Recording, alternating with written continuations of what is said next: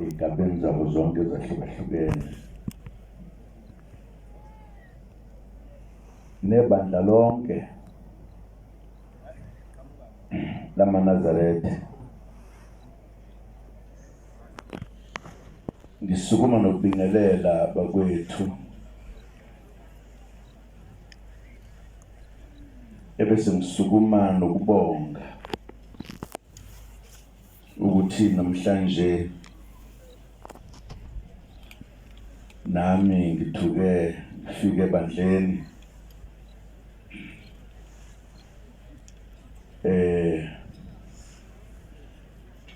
ukuze ebandleni lamaNazaretha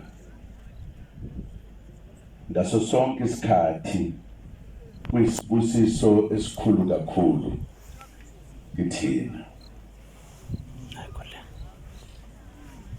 Ibandla leli elihlukile kwamanye amabandla.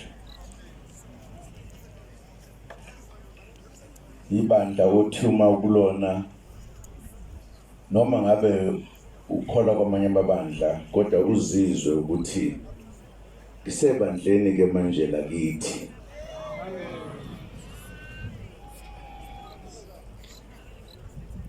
Ngiyafisa ukuthi ngibonge intshumayelo emnandi kangaka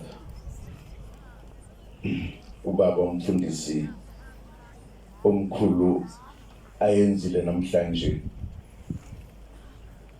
futhi ngokujwayelekile iletha isigqi nesithunzi nokuzwa kahle ukuthi nathi sinalo ikhaya elikhulu. Abaningi namhlanje nabakholwa kwamanye amasonto kanye inkonzo kodwa bayakuvuma manje ukuthi inkonzo yakaShembe ikhaya lethu elikhulu thina ndlemnyama. Ngiyafisa ukuthi izwakalise ukuthokoza okukhulu, ngibonge emakhosini, ngibonge kubona bonke abasiphethe kule nkonzo. Ngibonge kakhulu ukuthi njengabantu thina ke esehla senyuka njalo uma sifike lapha sesihambe sesuthi ngokwengqondo kanti futhi senelisekile ukuthi ngempela besiphakathi kwabakholwayo.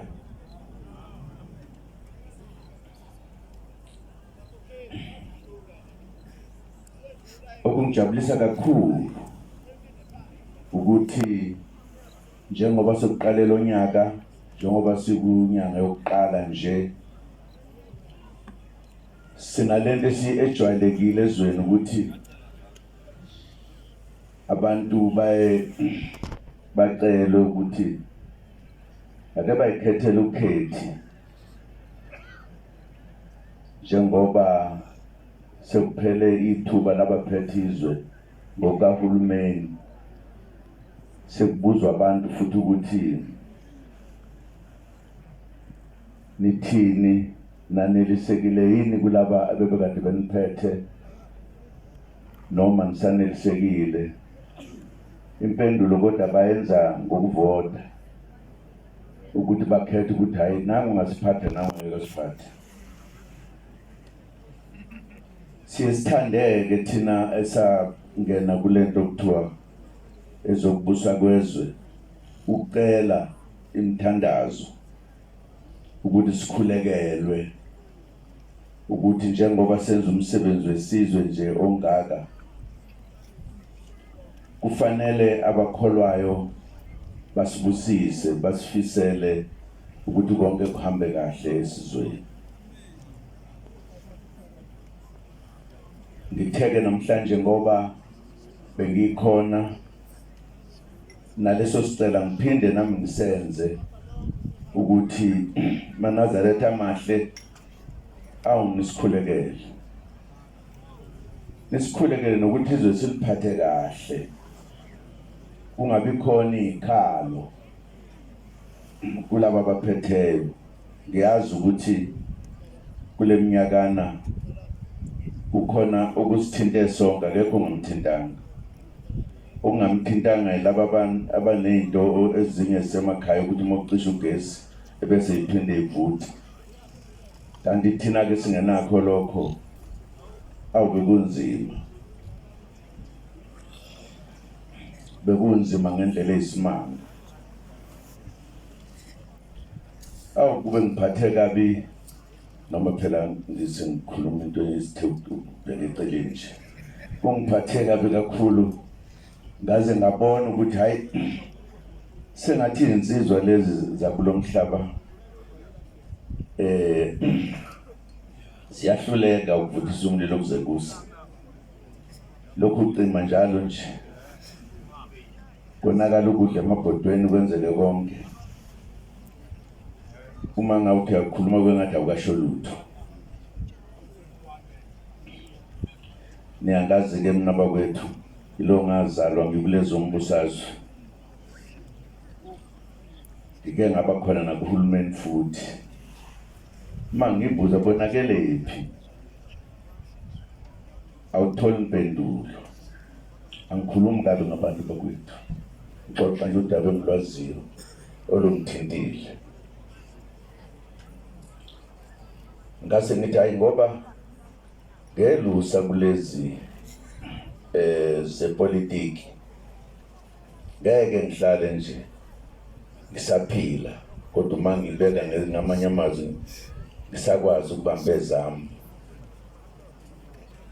ngoba ngifisa ukuthi abantu bahlale bejabulile, bangahlali bekhala.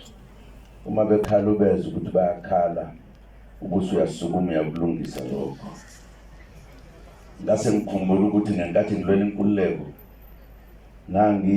omunye wamabutho elinye elalukwazi ukuyiqondisa izinto sakhuluka ngenxa yayo. Ngase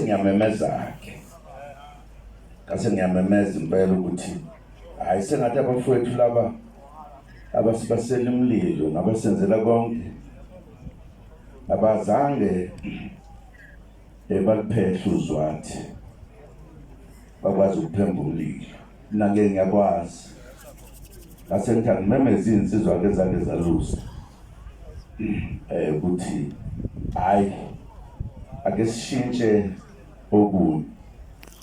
Ngiyaxoxa indaba nje ngoba ngixoxa nabantu bakithi. Inkosi lehlele eduze kakhulu nomkhulu kahle. Ningasho ukuthi ngikhuluma ngabantu. Ngathi ngeke nisukume sibambe zethu ke sishintshe. Sengathi labo driver abadrivayo sebeyezela kade behamba. Ake sithola abasha abazokwazi ukuthi izinto zonke zihambe kahle. Ngase ngiyamemeza ke ngento la engeze ukuyibiza ngegama ngoba isikhali sasiphathwa amakhosi amakhulu. Ngikusho lokho ngoba ngithi ikakhulukazi into engifisa ukuyisho kuthina njengebandla lethu ukusekhaya sonke noma sikwamanye amabandla. Usizo lomuntu omnyama lukapheli. Uma nikhuleka kulonyaka sikhulekela ukuthi ake kube khona abantu abasaziyo nabasicabangelayo nabanesihe ngathi nabafisa ukuthi sithuthuke. Ngithandazele lokho. Uma ithuba likhona ongazi ukuthi ufuna ukuthi enze njani, nibuze mina bandla ngoniyalele ukuthi kushonwaphi ukuze nathi ke sibe nokuyiqhenya emhlabeni. Ngiyafisa nje ukuthi imithandazo yabefundisi ithandazele bonke abazobe beyimisele nabo ukufika kule ndawo, kodwa ningakhohlwa ukuthi abafana abantu abafana abantu. Ngesinye isikhathi kuthiwe kuhle ukuhamba ney'nsizwa zakini ozaziyo nongazaziyo, ngoba lezi zakini uyazazi ukuthi uma sekunje kwenzeka kanjani. Ngiyafisa nje umthandazo yaleli sonto ikithandaze leli sonto lithandaze impela ukuthi uma sekungale kokhetho sincome ukuthi awukwashintsha kwashintsha impela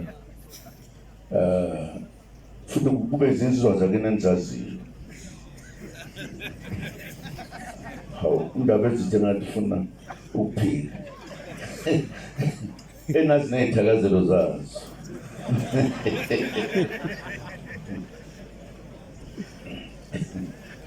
Impela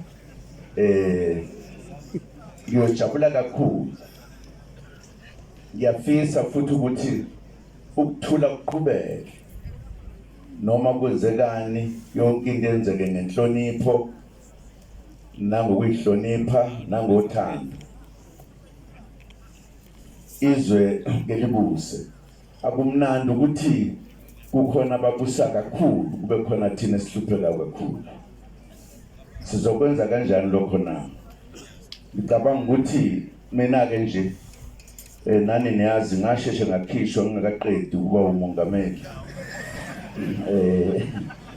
Ngikhishela ukuthi ngangizama ukulungisa izinto zomuntu ohluphekayo. Hayi indlela sebeyiphathe ngayo sebebangela ukuthi ngikhuzi ibuya. Khuzi ibuya-ke manje ngoba ngifuna ukulungisa usizi lwethu bakwethu. Uma ngizokwenza lokho ngicine ngithandazele ubaba lapho uthandaze ngendlela eyisimanga. Ngizomcela ngempela ukuthi akathandazele mina, angibeke isandla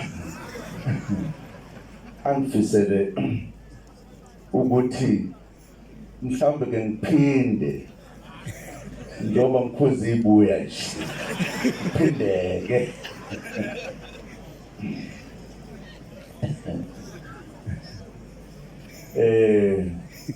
Ngifisa ukubonga kakhulu, ngiyafisa ngempela ukuthi baba njengoba uthandaza, hayi ngishilo ngathi ufuna ukungiheha ukuthi njalo nje ngize la ngizokulalela uma kuthiwa kuthandaza wena.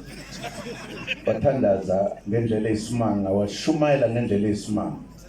Ngiyabonga, ngicabanga nje mase ngilalela ngathi nole inshumayelo ngathi ize kumina iyangivumela kulokhu engithi ngifuna ukwenza. Ngangazi-ke noma bese kwenza nje umona nomhawu, kodwa ngoba sengathi la ekhaya kungenzeka izinto. Ngiyabonga kakhulu, ngibonga kakhulu ukuba kanye nani kodaba ezitha namakhosi nabaholi bonke. Ngingane yenu noma inini ningangithuma la ningithuma khona ngisathumeka.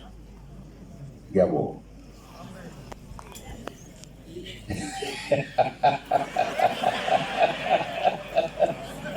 Inkosi yangihlekisa. Ngiyabonga bakwethu. Thank you.